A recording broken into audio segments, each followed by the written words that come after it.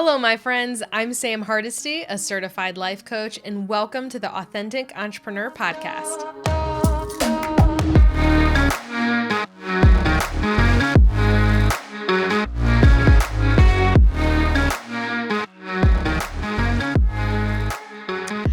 Oh my gosh, I cannot believe we are finally here. Episode number 1.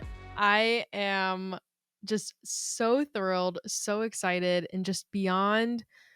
I don't know. This is honestly like beyond my younger self's imagination. The fact that I would have a podcast, like that's pretty cool. And I'm so freaking excited to really launch this episode off with just a huge overview of everything of what to expect, to learn more about me, who I am, um, what what this podcast is all about. So we're going to talk about so much today. Um Thanks for tuning in to episode 1. And also, I guess a note to my future self, keep going, sister. I feel like in, I don't know, give it like a year or 5 years or whatever, I'm going to look back at episode number 1 and be like, wow, I was so scared and so worried to put this out there. And but I know I'm going to be, my future self is thanking me right now. So doing it scared, I guess, not necessarily scared, more of anxious, like what's going to happen, what are all the things, what if it's not perfect, the basic normal thoughts that we have, especially as women and especially as entrepreneurs. So all the fun things, but doing it anyway. So super excited. So who am I? What do I do? My name is Sam Hardesty. I am a serial entrepreneur. I own a few businesses, with myself and myself and my husband. The main business we have, are two essentially main businesses. One is Hardesty Imaging. That is our oldest business. We do websites, videos, photos for weddings and business couples. And then Sam Hardesty Coaching, which is where you'll see me wearing my hat mostly on this podcast. So I coach women entrepreneurs who are wanting to become more self-aware to create the lives that they're envisioning for themselves. So why did I start the Authentic Entrepreneur Podcast? Great question. I knew you were asking me that. So I essentially saw these gaps in the resources that we're given. So there's tons of business resources, right? There's always books and podcasts and YouTubes about like how to grow your business and I don't know, like how to start a business and how to make more money, and there's that kind of stuff.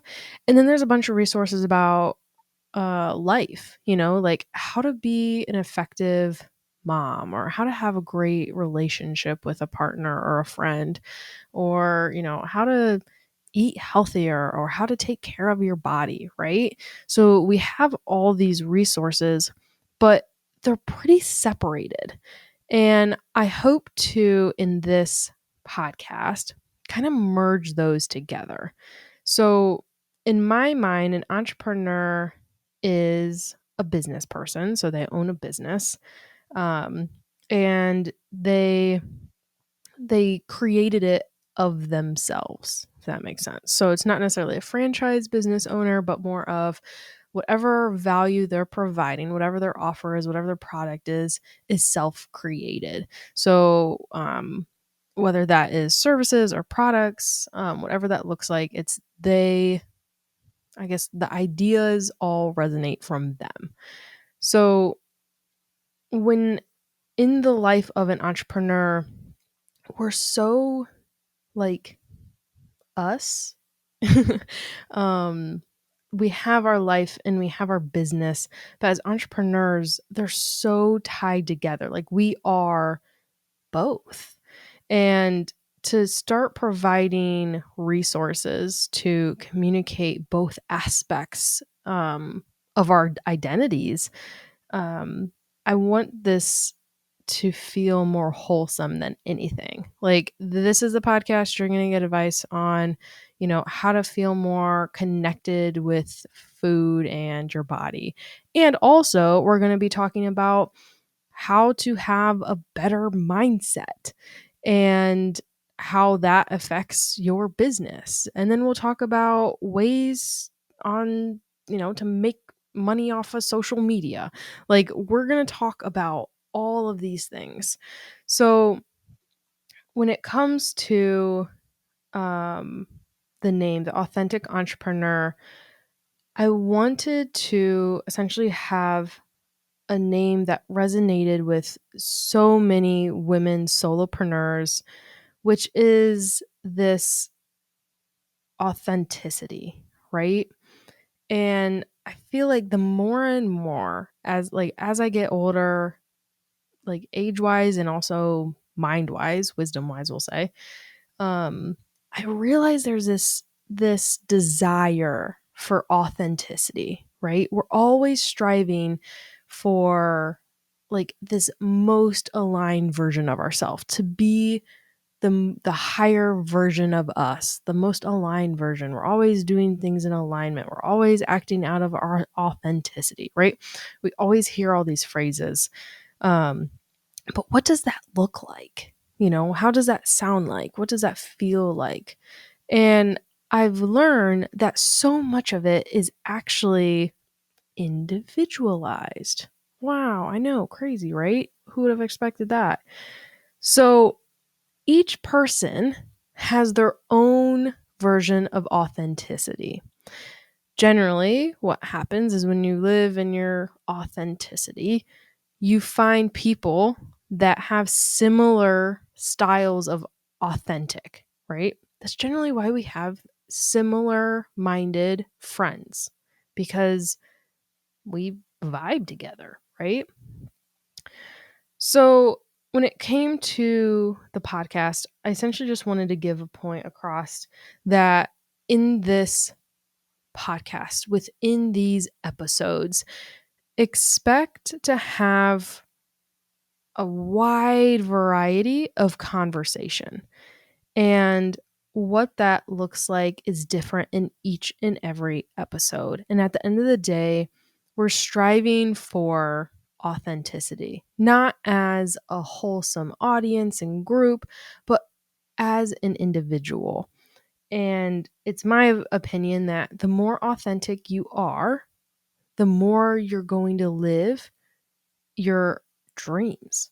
And I know that sounds cheesy, but when you can live in authenticity, that is when you start sharing your gifts with the world.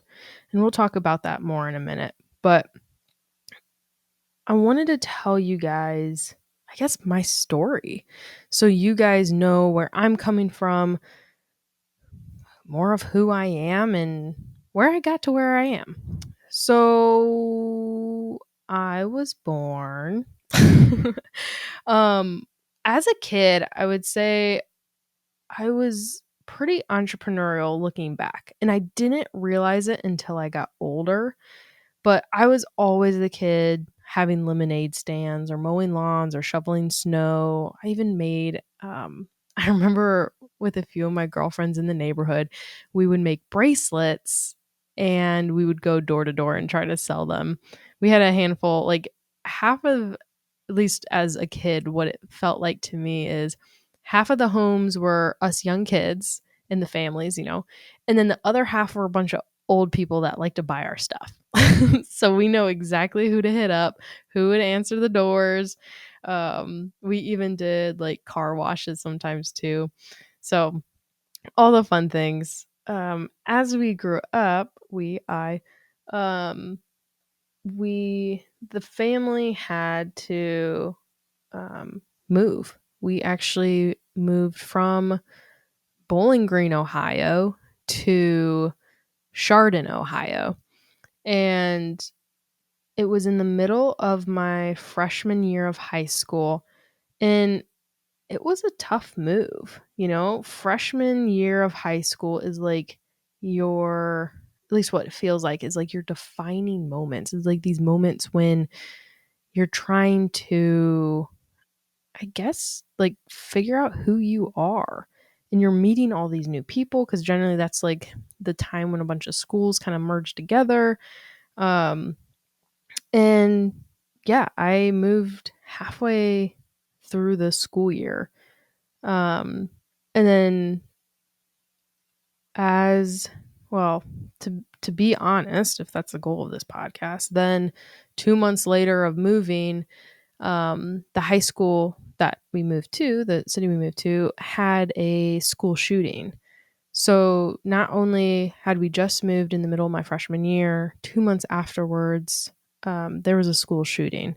And I don't know, I guess if we're telling my story, I'm sharing all the details. Like, if it had to happen, which in my eyes, things happen and reality is what it is. And for us to kind of push against that is just creating internal suffering. So, like, it happened, right?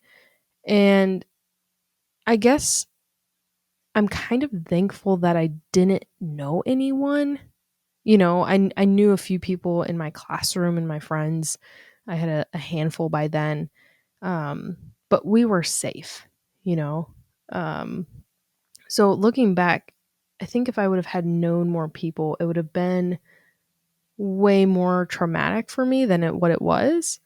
Um, I would say, like, I don't know how deep I'm trying to get in this podcast. At least in the first episode, number one, I'm spilling all the beans here. But like, I do have this trigger response toward guns, like not metaphorically or thought wise, but like physically, like in my presence, like they create, or at least I create my own thoughts. So I essentially get nervous around them, right?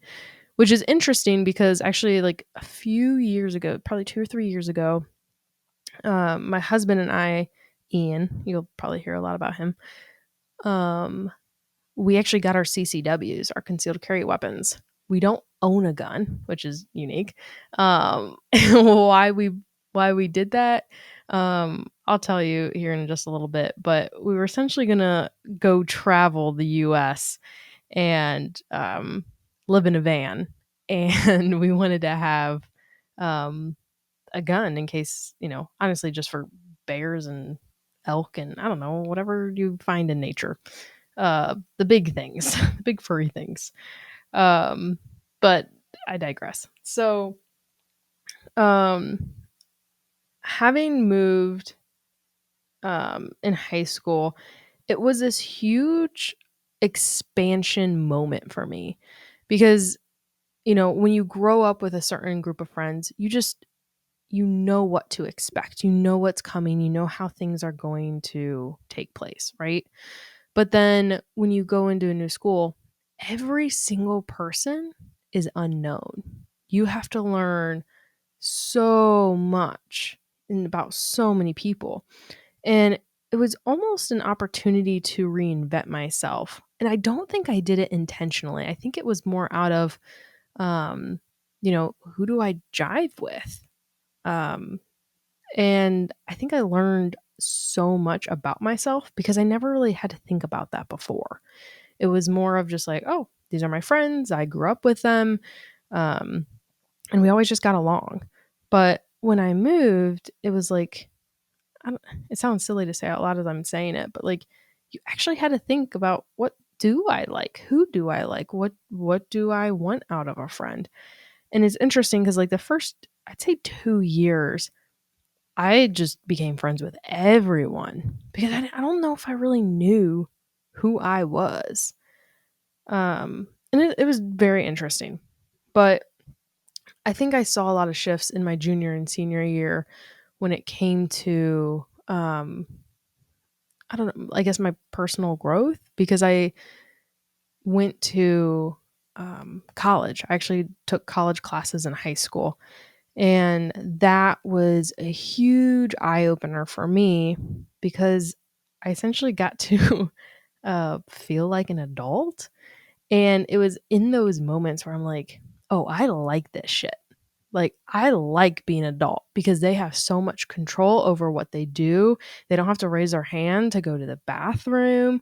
And they just like, they're smart and they drive cars, which so when I was in high school, I caddied, I was a golf caddy. And I actually saved up enough money to buy my first car before I even owned or before I even had my driver's license. So I actually, the first time I drove my car, I had to have my mom in the car because legally I wasn't able to drive without her because I only had my temp still, which is funny. But I love that car so freaking much. It was a 1994 Chevy Cavalier Z24 convertible. It was like this teal, I call it a brick. It's just a square. Like barely any shape to it. And it was a convertible and I bought pink car seats for it. Or car seat covers. Car seat covers? Yeah, I think in my brain I was talking about baby car seats, and that's not the vibe I was going for. But yeah, it was my hot rod, and I was so proud of it. Like that was my first car. That's what I bought with my own money. It was fabulous. So in high school, I really used that opportunity to, um, I guess, start like taking action out of what I witnessed taking college classes in high school, which was what looked like to me was empowerment, taking action out of your own regard, doing what you wanted to do, and really taking ownership of your life. And again, that was all perceived to me. That's what it looked like was what everyone was doing. So what that looked like, I took on many jobs. Most of the time throughout, I'd say my junior and senior year of high school, I pretty much always had 2 to 3 jobs at a time while being in high school, while being on the golf team, while I don't know, I was probably participating in, I was probably involved in like 2 or 3 extracurricular activities also. Um I volunteered all the time, like I was doing a lot of things. But with that, um, then I pivoted into college, which I actually got a golf scholarship, even though I sucked at golf. The college needed assistance, and I was like, "Hey, you paying me? I'm right there." So I actually got a really good scholarship amount, which was really helpful and awesome looking back on it. Um, but when I was going into college, I think like I remember as a kid, I always told people, they would ask you when you're 6 years old, oh, what do you want to be when you grow up? And I would say I'd want to be a baker or a banker. So I'd either bake cakes or I don't know, give people money at the bank because that's what I thought they did. Um, and going into college, I don't think I had a clear vision either. I think I always envisioned myself like being the CEO of a big business. I'd always imagined, um, I don't know, like you're not really taught that stuff in high school, like having an adult job and stuff. So it was more of like me. I am just envisioning myself like wearing really cute business suits and telling people what to do, and people would come to me for advice and I'd help them out. And um, I don't know, it was just very interesting, like looking back on what I wanted to do. Like there was no clarity there. But in college, though, while I was in there, I learned about entrepreneurship. So I was doing this project for, how did I come across this? Um, I think it was, oh, I'm remembering all this now. How I got to it, the dots pivoted very very quickly. They went from one end of the spectrum to the other in like a month's time. So I essentially was sitting in a classroom and there was a speaker. He was a super cool dude. I said, "Hey, you're awesome. It was fun listening to you. Can we chat, connect again?" Um, and we did. Then he essentially, I don't know, thought I was cool, and um, he gave me a job opportunity. And he's like, "Hey, what are your thoughts on creating um, a valet company in downtown Ashtabula?" Which, looking back, I should not have done that. Ashtabula is kind of questionable. Um, but I didn't know what the hell I was doing. And yeah, so I was like, that sounds fabulous. Um, and he's like, okay, you just do what you got to do do that, you know? So I was on this like hunt for me to figure out, okay, what the hell is a valet company in the first place? Because again, I had just had my driver's license for like maybe 4 years. And I was not, going out and about fancy places where my car was valeted all the time. So you don't you have to learn things one way or another, I guess. So I essentially was like connecting with local people in the city and trying to figure out, okay, an LLC and insurance. And I was connecting with, there was a local Goodwill, and I was connecting with the president and having conversations and the local community leaders. It was like, I even talked to the mayor, I think. Um, I remember I was very ambitious. And what was interesting though is I remember talking to a local business owner because, we essentially had to find parking space for all these cars we were going to valet. And the business owner, who is also a community leader, and he's like, oh, well, in order to start a business, you need to create your LLC and then your EIN and then your bank account. And I remember saying, I'm like, oh, okay, that sounds easy. That sounds, no questions asked.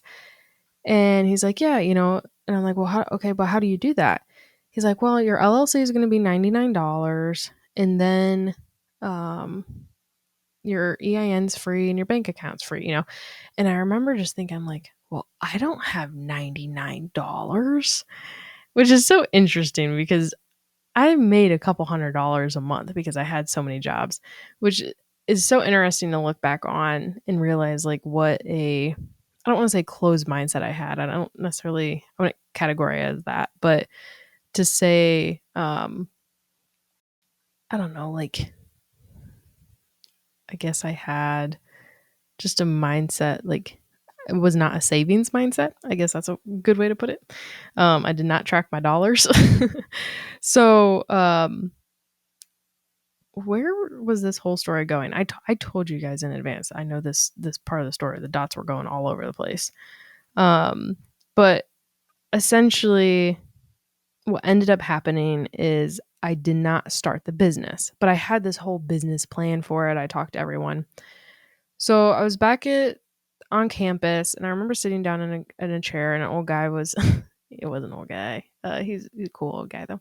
Was sitting across from me. He's like, "Hey, how are you? What's going on?" And I think because I was wearing a business suit that day, and it's not very common that a bunch of college students on a Tuesday is wearing a business suit.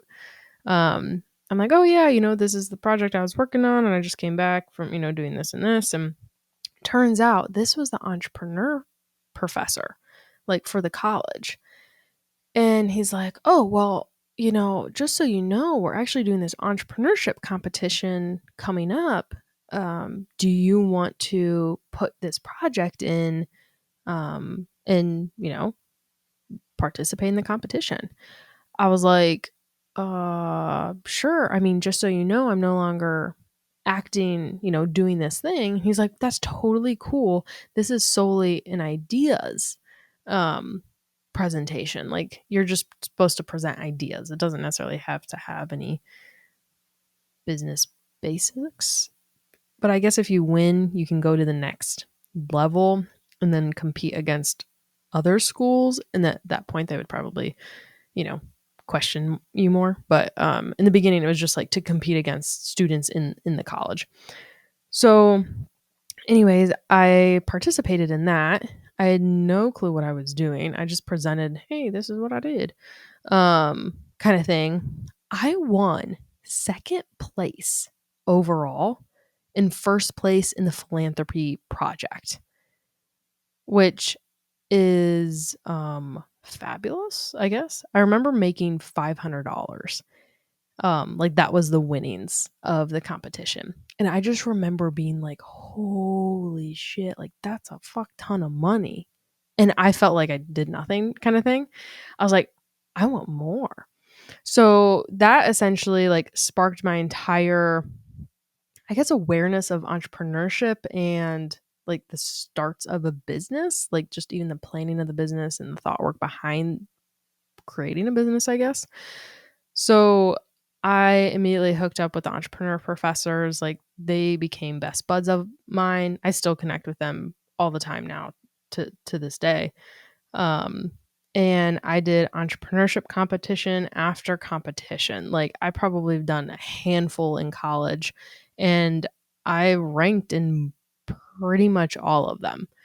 I think after a while I just viewed it as a game and I'm like, okay, how can I win this competition? Because there was certain parameters that had to be met.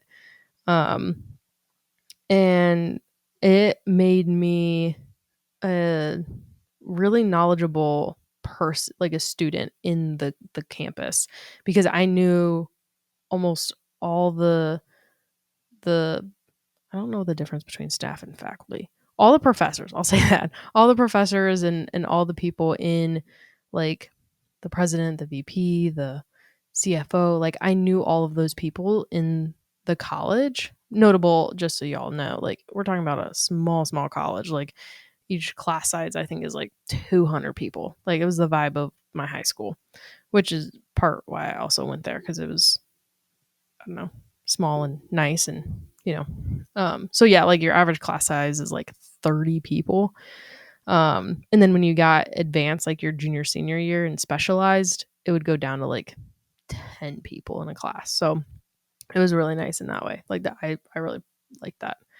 Um okay, so I want to tell you about this one competition though. So I was doing a competition. I totally forget what I was presenting on. But I remember it was essentially tying the local city to the college. Like, okay, what's a project? What are some things we can do with the idea in mind that we're trying to build a tighter relationship between the two, the city and the school. So I presented my idea, whatever it was, and I was expecting like first or second place based on everyone else's presentations. And the judges essentially spoke in, and when they presented the awards, I got third place.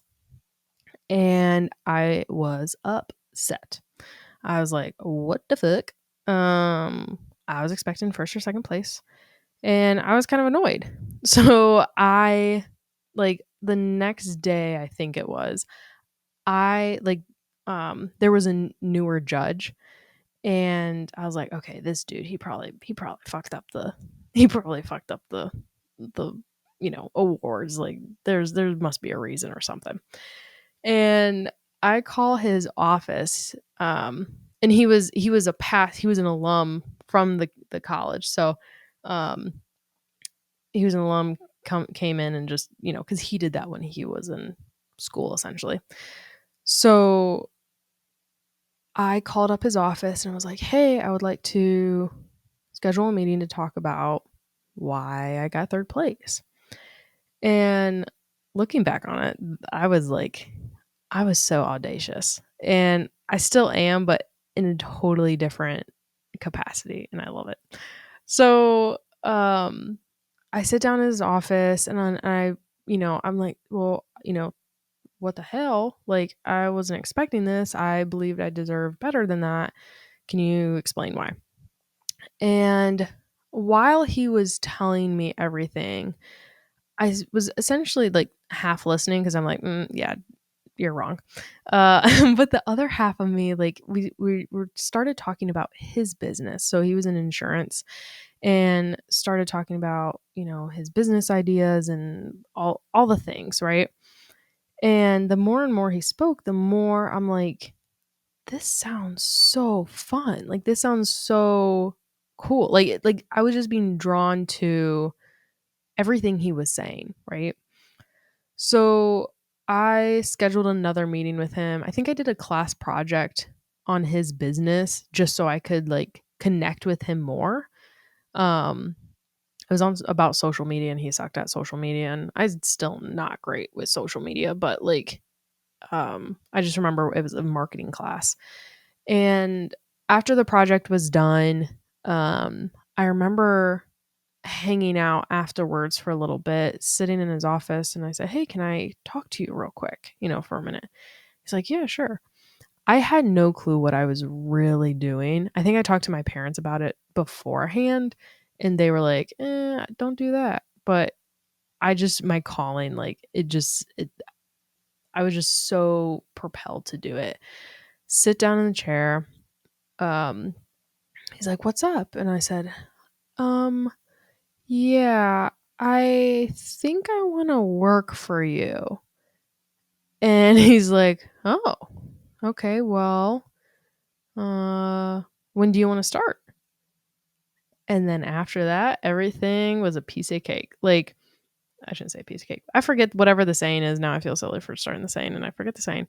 But essentially, um, I started working with insurance. I spent, so it was like the end of the spring semester because I remember the entire summer I spent working on my licenses. Like it's called property and casualty insurance, and then you have to get your life and health insurance licenses. It's essentially to sell home insurance, car insurance, and um life and health insurance. I know it's super exciting things, guys. But I realized what I really wanted to learn was sales. Like, I felt like it was such a powerful thing to have a conversation with someone, present your ideas, and then like negotiate, I guess. Like, I thought it was such like a cool thing to do. Not necessarily a manipulative thing. It wasn't coming from that side, but more of just like I don't know. It's like it gives me the same vibes of like being a lawyer. Like I'm like, wow, being a lawyer, that's so cool. Like they know all of the answers, to like what is legally, I should preface it legally right and wrong. And I'm like, so like being in sales, it felt like the same thing. Like their energy was always very high. They could always have a conversation with no matter who walked in the room, and that was something that was really attractive to sales. So it wasn't necessarily the insurance aspect of it that got me excited. It was just more of like having the conversations with my boss that I had and just, I don't know, knowing that I could talk about anything business related wise and he would just like give me his honest feedback. And I love that. So in with insurance, I learned so freaking much. Like, I would not be who I am today if I never had that experience. So, I essentially started working full time my junior year of college, which I don't, looking back, I have no clue how I managed my time because it was impeccable. Like, I participated in like, I was on many clubs on campus. Um, the golf team, actually, that's probably what it was. The golf team actually closed. What do you call it? They quit the golf team. They no longer offered golf. I don't know how to word this, but they honored my scholarship. So essentially got, you know, a very discounted rate of college and I didn't have to golf, which me at the time, I didn't like golf. It was not enjoyable for me. I sucked at it. I said, God bless, this is fabulous. Win-win scenario. So, um I worked a lot. I went to school a lot. But I just remember being on top of a lot of it. Um, so in insurance, I learned a lot about, um, I guess just risk, your financial risk. And What happens if you don't have insurance? And what happens if you don't have life insurance? And I learned all these things partly from a sales perspective, but then also um, getting, my undergrad in business, and my father's also a certified financial planner. Like, I've always had this money background. That and, thinking back to my childhood, like I've always been curious about money. Just its ability to be such an important resource. So, I I don't know, I had so much fun working with insurance. I essentially helped create um processes and workflows within the company too, within the office, which was very fun for me, essentially to find like the most efficient way to do something. Essentially, when a customer called in, what's the most efficient way to make notes and process them in a non masculine way? Um, and what's the process on like following up with them and all the things. So, I was doing that for a few years, and I then once I graduated my undergrad, I went straight into my MBA. And truthfully, I was also doing my MBA in my undergrad years. So you know how like in high school you can take college classes? At my college, you could take your master's classes in your undergrad years, which was super fun for me. So the same year I graduated my undergrad degree, so I graduated, a double master's, or a double, what do you call it? Double bachelor's degree in finance and business administration with a minor in accounting. That was my undergrad in the spring. 2 semesters later, I graduated with my master's of business administration. Um, and I was the fastest person to have graduated their MBA, like in the entirety of the school, which I think then I used it as this badge of honor. I think now I'm like, good for you. Like that's a lot of coursework, a lot of time, but I think I was just super efficient with my time. Not saying that I'm not now. It's just things are just so different now. My life is very different now. So then everything was hunky dory until 2020. Which actually, let me rewind like 6 months. Um, my now husband, which at the time we were just dating, we had met in college. Um, we he graduated his undergrad, he was going to his master's, but he was working at a bank, and he was saying how much he wanted a hobby. He wanted to do something outside of just work.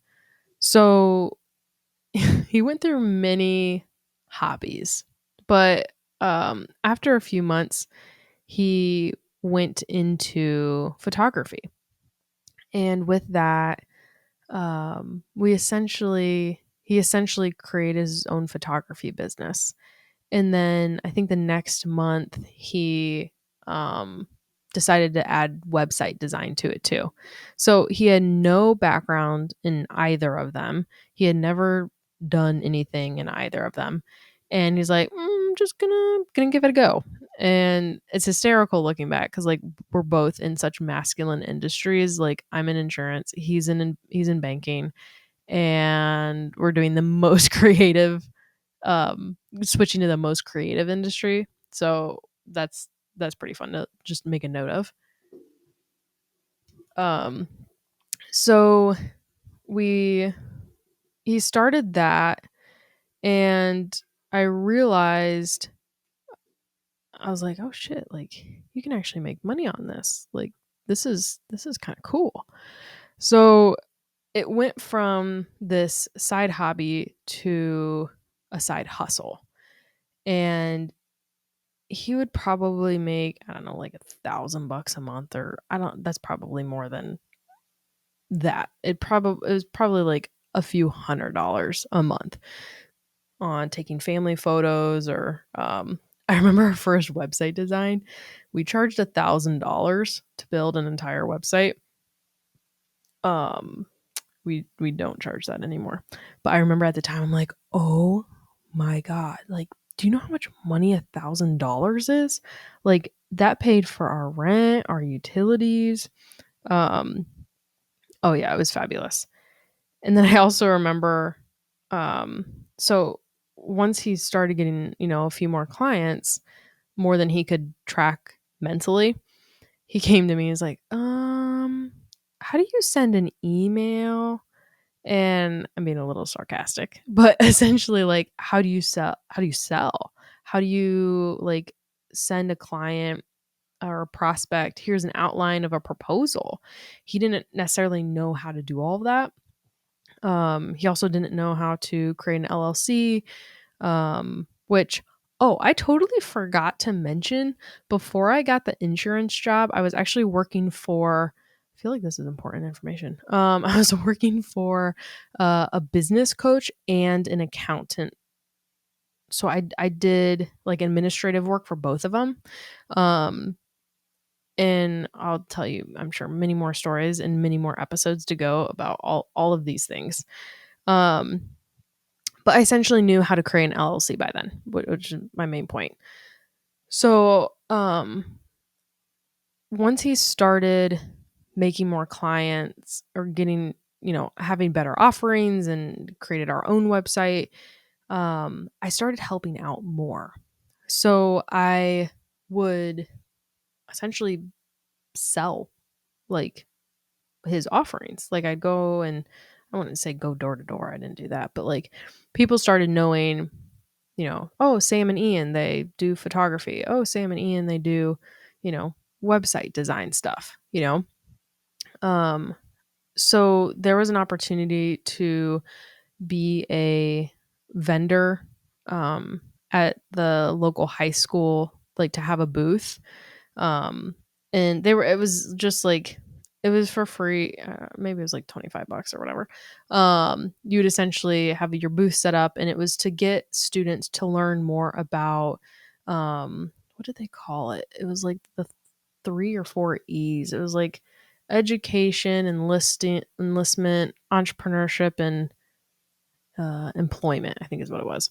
So it's essentially like there were all sorts of different vendors, like, hey, after high school, you can get a job, or you can get, go into the army, or hey, you can actually hear some colleges, or I think we were like the only entrepreneurs there. But we're like, yeah, you can be an entrepreneur, which at the time we were not full time entrepreneurs when we did this. Which actually I think that's a lie as I'm thinking about it. I think Ian was full time. Um, or maybe it was just before he went full time. Either way, we were not both full time. So I remember I had to take off work, like insurance work, to go to that. And I told them, well, I told my boss, which he was very supportive of. But I don't, looking back, I'm like, I wonder if he just said yes because he liked me, or if he said yes because he actually believed in us, or yes because I don't know. But I'm like, I don't know if he knew that each time he said yes to me taking a phone call for the business, or like leaving for, a vendor booth, or, going to local chamber events and stuff like that, if each time he said yes was like a little piece of me getting further and further away from him as an employee. um which I think, I don't know, I've never had that conversation with him, but um from my perspective, it was really helpful, and like that's how we were able to make our business what it is today, is that flexibility that we were allowed. um so we essentially had our booth next to another business, and we had our drone out because we had the drone by the time. And he said, um the guy next door is like, oh, you do drone work? And we're like, yeah, it's, we just had, general vendor booth conversations you generally have when you go to shows and you talk to people and whatever. But he gave me a call like a few days later and said, "Hey, can you come to my office? I wanted to chat about, you know, some ideas of how, I might want to work with you." I said, "Yeah, sure." So I go because, I'm Sam Hardesty, the salesperson. Which Ian, on a side note, Ian and I were not married by then. But on our business cards and on the emails, I already changed my last name to Hardesty. My maiden name's Austin. Um, and yeah, so I just this is a topic for later on here. Um, but he essentially sat down and said, "Hey, yeah, I want to start, I want you guys to build out a new website for me, take updated headshots and photos of the office here. And also I think I want to connect you with my clients. I want to offer your services to them to create essentially um what do you call them? Training videos." So they worked with a bunch of big manufacturing companies and like training videos on how to use certain tools or how to make, how to do a certain process and stuff. And I'm like, yeah, of course, we do videos, yeah. Um, so I remember, yeah, Ian was not full time because I remember calling Ian after I said, "Dude, you're quitting your job because I just sold $3,000, worth of offerings," which at the time was like a fuck ton of money. Like that was an obscene amount of money. And which like that was how much money I would say we were probably both making. No, we probably made a little bit more, but a month. So like to get that in one meeting was like, holy hell, like that's insane. And Ian's like, "Oh, that's awesome. What did they get?" And I said, "Well, there's a caveat. Yeah, you have to learn how to make videos." Because he had only been doing photos and websites at the time. He's like, "Are you serious? Like, what? I don't know how to do videos. What are you talking?" Like, and he gave me so much attitude, which rightfully so. Like, if someone came in and is like, "Hey, I just sold this product to you and you don't own this product, or nor have you ever done it, nor do you know how to do it. But you owe them this product in like, 2 weeks." It's like, one more time, please. So looking back, yeah, I get it. But God bless Ian. He's so incredible. He learned how to create a video within a week and a half time, like a professional video. And our first ever video he had ever made was me baking cookies. It's so funny. I think it's still on our YouTube channel. It's like one of the first ones we've ever posted. And that was his first video ever. And looking at it, I'm like, not fabulous, but also totally not bad. Um, so we essentially got this client. He became our biggest client. He would essentially feed us his clients. And we just had such a great working relationship. So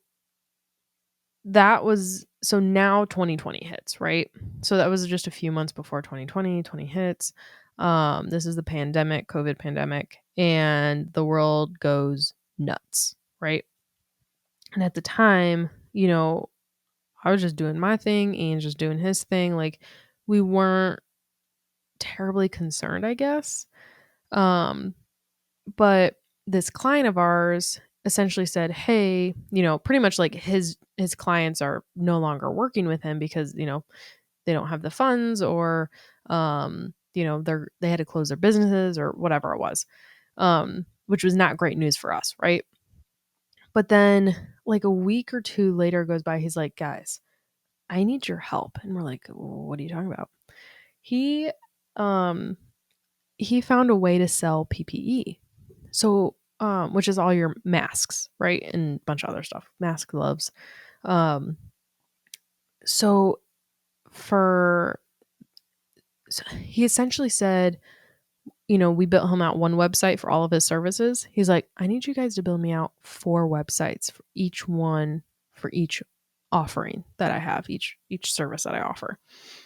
And we're like, "Holy shit." And then we helped work we actually worked full time with him. He hired us, I should say, Hardesty Imaging full time. Um, we were not his employees, but um, and I remember working like 70 to 80 hours a week for probably a month, creating videos, updating websites, like we did so much work for them. Um, and it was in that time where I realized this this is my time. Like this is the time where I need to quit and go full time in order to do that. So I the God the universe works in so many mysterious ways.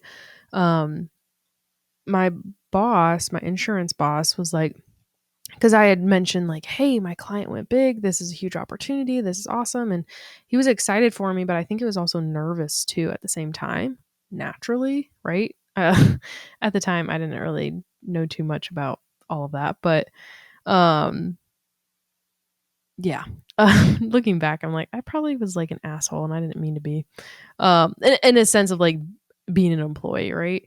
Um, I felt like I was nice, but not like my actions were probably causing him a lot of stress, right? So, um, like a random guy puts in an application to work for the office. So within a month, I was able, like from the pandemic starting, I was able to train this new employee. So he would be like essentially fill me in. So then he filled me in. I quit my job. And I essentially put in like a 2-month notice because I pretty much gave my boss a heads up like, hey, I think this is the direction we want to go.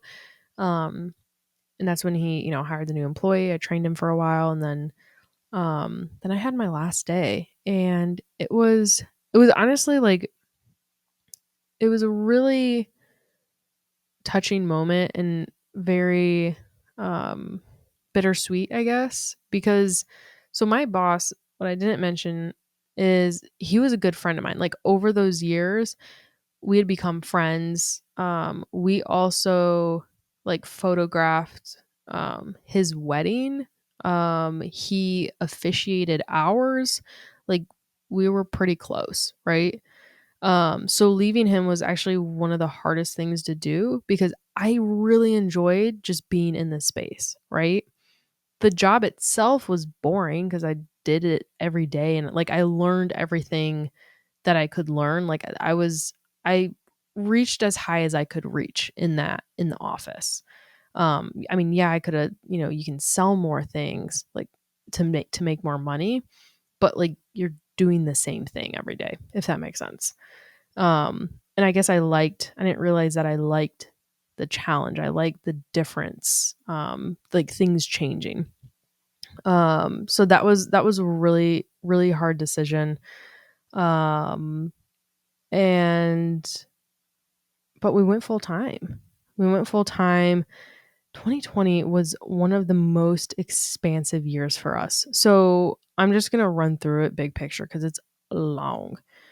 We went full time. By the end of the year, we made $100,000 in revenue. That like six figures, which we had never done before, not even gotten close to it. And that year was like our best year ever. That client, we did so much for them. We flew on a private jet just to go to like Michigan, so it was like a 30-minute flight, but like because we were with our client, he's like, "Yeah, hop on." Cuz he essentially went from a small business to a medium-sized business in like 2 months. So projected $1 million sales to $100 million sales or something like that. Like it felt like overnight practically. Um that same exact client though, we fired. So a few months into it, the relationship was not healthy on either end, and it was a mutual release essentially, which is very, looking back on it, like you learn, like if we're all entrepreneurs, what an ideal client is or not, and they were not necessarily an ideal client, but we got a lot of money from them, right? Because we worked our asses off. But we learned so much. And when we were offered, they offered us to actually work for them as employees. And we had to make a really tough decisions like, okay, we just both went full time on this business. Is that, which direction are we wanting to go into? And at the end of the day, we chose our independence, our freedom, like our time freedom ability over financial security, again, perceived financial security. So by doing that, releasing that, we lost 40% of our business. He made up of 40% of our revenue that year, which is a fuck ton of money. To have on one client, 40% of your revenue. Side note, we also did van life. I forgot to mention that also. Ian, we brought a Ram ProMaster and like a Amazon van kind of vibe. Bought it. Ian built out the entire inside, which he had never even, I'm kind of sarcastic, but never even used a drill before, like besides to hang up a picture or something. Like, so he learned all the things. We traveled in it full time for a few months. And then Grandma and Grandpa Hardesty tragically and just unexpectedly passed away two weeks to the day of each other in the fall of 2020. And that's essentially when we bought their house. We sold the van, bought Grandma and Grandpa's house, and remodeled the whole inside. And yeah, 2020 was such an incredible year for us in many capacities. So I also hired a life coach in 2020. It was one of these things where I didn't feel like I knew what I was doing in life. Like I felt like I was just spinning my tires and I wasn't sure of where I was going, what I was doing. So hiring a coach was very impactful for me because I started to learn about essentially the feminine side of myself, like that feminine energy. If masculine is the doing and the going and the getting, that kind of stuff. I guess not getting, but the feminine was more of the sitting back, receiving, manifesting, like that kind of vibe. I was very untouched, like untapped into that energy. So I learned so much about that. And I would say it was in then like 2021 where I had the thought of becoming a life coach. Essentially like the thought of like how could I make the most impact in the world with everything that I had learned and everything that I had done? How can I make the most impact? And coaching felt like a calling to me. Like that was my next steps. That was what was to come. So I created the business, Sam Hardesty Coaching, but I buffered. And what did I buffer on? Not just like watching Netflix or overeating. No, I buffered on creating more businesses. I'm a unique entrepreneur in that capacity. Is I buffer on building more businesses. So we essentially built the wood box, which was woodworking and van life conversion van builds. So woodworking in the sense of we built charcuterie boards, cutting boards, coffee tables, anything with wood. Essentially, we would build out, and then we also built out another van life van. So this time it was a Mercedes Sprinter. We built out the whole inside, which I think I don't know if there's pictures on my Instagram, but super cool. And then we actually just sold the van, I think early this year, I want to say. And then also last year too, I created another business over the wintertime called the Cleaning Buddies, which is where we were essentially cleaning Airbnb homes. So homes that weren't lived in, but they were in transition, essentially. All this to be said, those businesses were me buffering on starting this coaching business because here's the thing. And again, being an entrepreneur, you learn so much about yourself and so much about your mind because that is what is either propelling you forward or holding you back is your own self. So I realized, okay, I want to I want to produce more in Sam Hardesty coaching, but I don't have the time to do it or I'm not doing it, right? So I realized in that moment, I can either continue to have all these half-assed businesses or I can really hone in on the one. So that's what we did. So we sold the van in the new year. I essentially just stopped the cleaning buddies. I stopped taking on jobs. I stopped doing jobs. Um, and then um, I essentially came back to Sam Hardesty coaching. Um, we still have Hardesty Imaging, like that's our bread and butter company. So like Ian participates in that more. He doesn't participate in Sam Hardesty coaching because I am Sam Hardesty and he is Ian Hardesty. But um, I also I essentially just like reconnected with myself and I'm like, what's the big picture here? What are my big goals? What are the big dreams? Where do I want to be? And it all had to do with my coaching business. It all had to do with me guiding people to their more authentic self. And I realized that I could either continue to play small, literally in all these other things, or I could just stop dealing with my own bullshit and clean up my own mindset, which is what I was preaching, right? And do the hard work and do the healing and do the thought work to get to where I wanted to go. So it was the harder route because the thing is Hardesty Imaging, that was all backed by Ian. Ian did the work. He did the websites, the videos, and the photos, and he still does, right? So when I sold things, when I sold products to clients, it was, oh yeah, like, here's our offering. And if something went wrong, like I didn't have to like, I'm like, oh Ian, like we got to fix this. Or there was someone to fall back on, right? But I realized what I was so worried about with Sam Hardesty coaching is there was no one else to blame.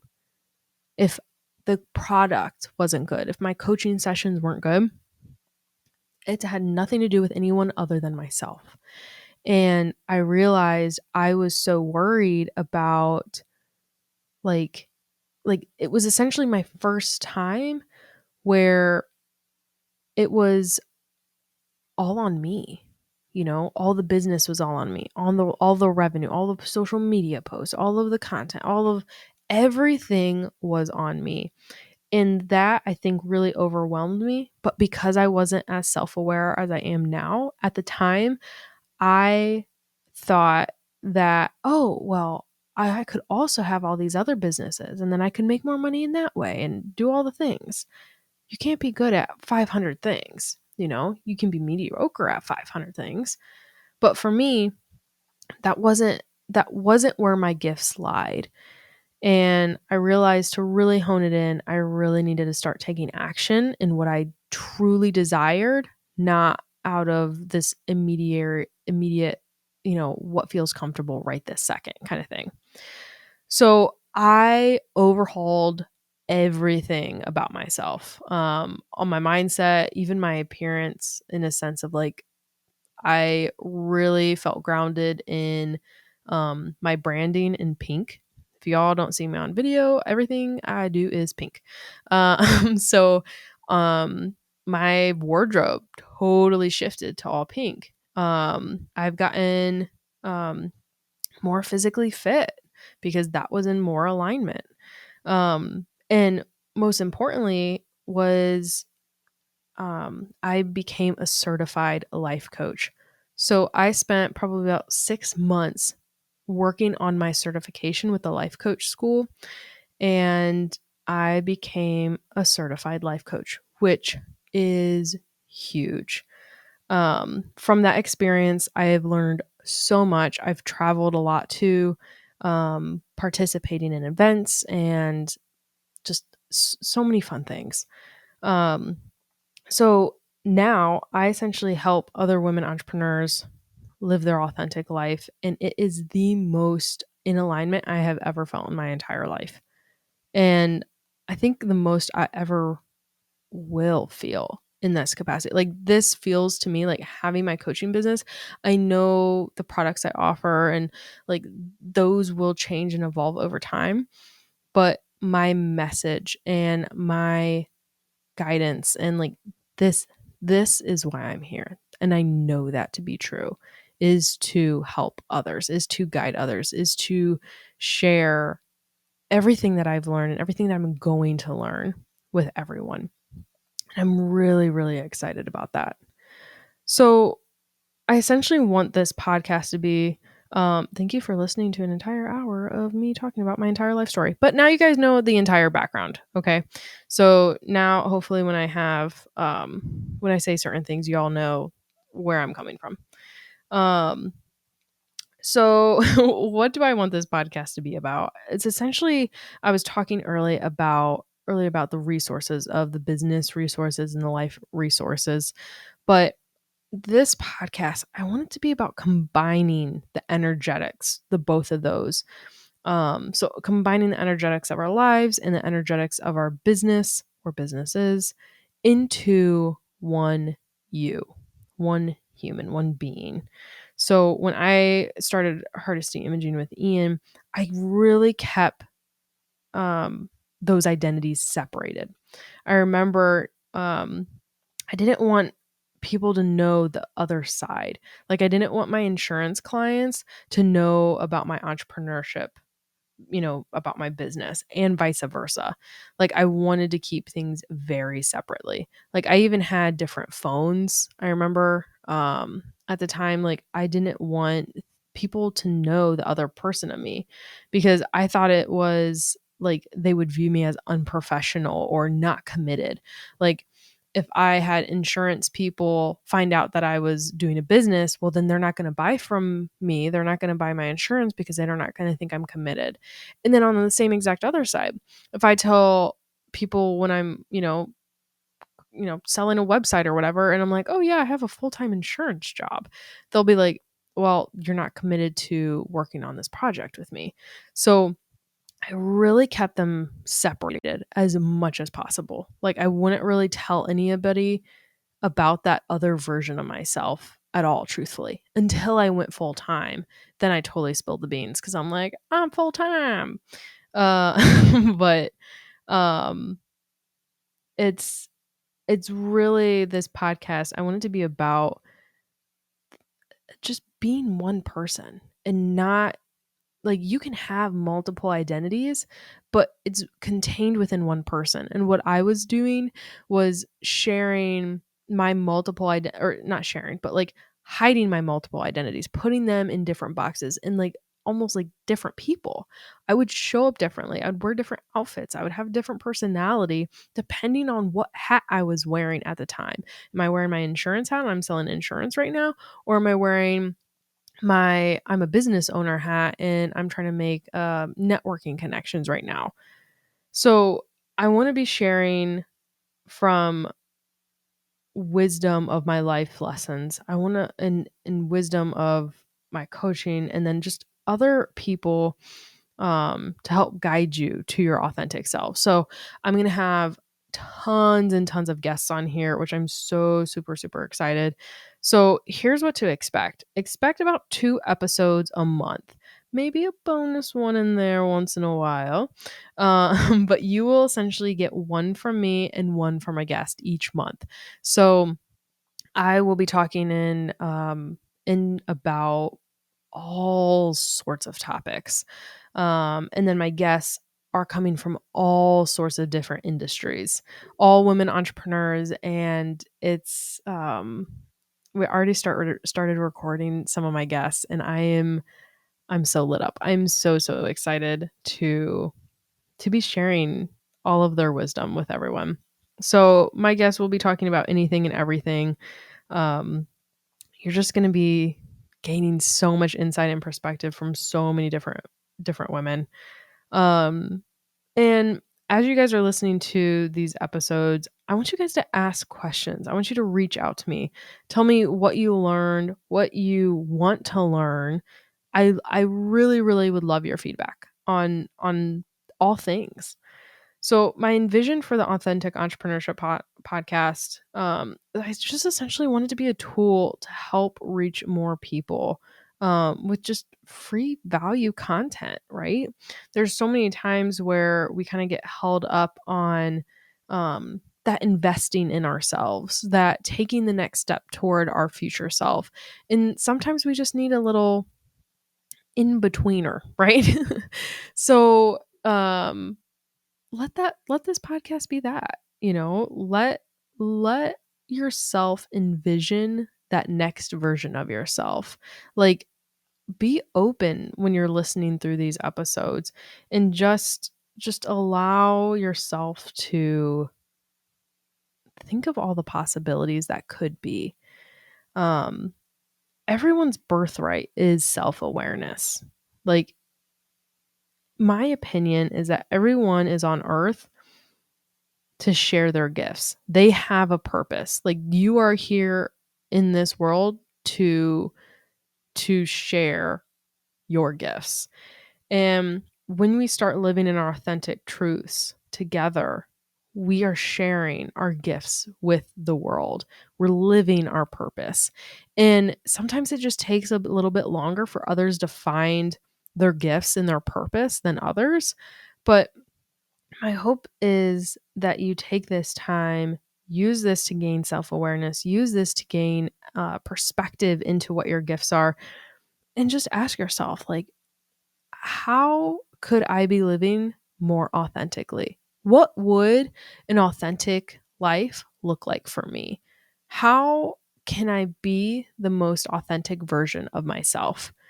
And I'm just so thrilled, so excited to see everything that comes of this podcast. And if y'all are hanging out here this long with me, I just want to say thank you. I appreciate you. Um, it really, really means so much to have a support team around me, and for me to be that for you also. And also, like, hell, I'm still learning how to be a podcaster. So, you know, we're like over an hour into this, and I hope like there was some little bits of wisdom or nuggets or something in there. I anticipate as we go forward, things will get a lot more clear. So hold on right in there with me. Right now, you know all about me, and I hope to learn so much more about you. So make sure y'all are following me on social media, reaching out there to me, send me messages, send me some comments, let me know your feedback on all this.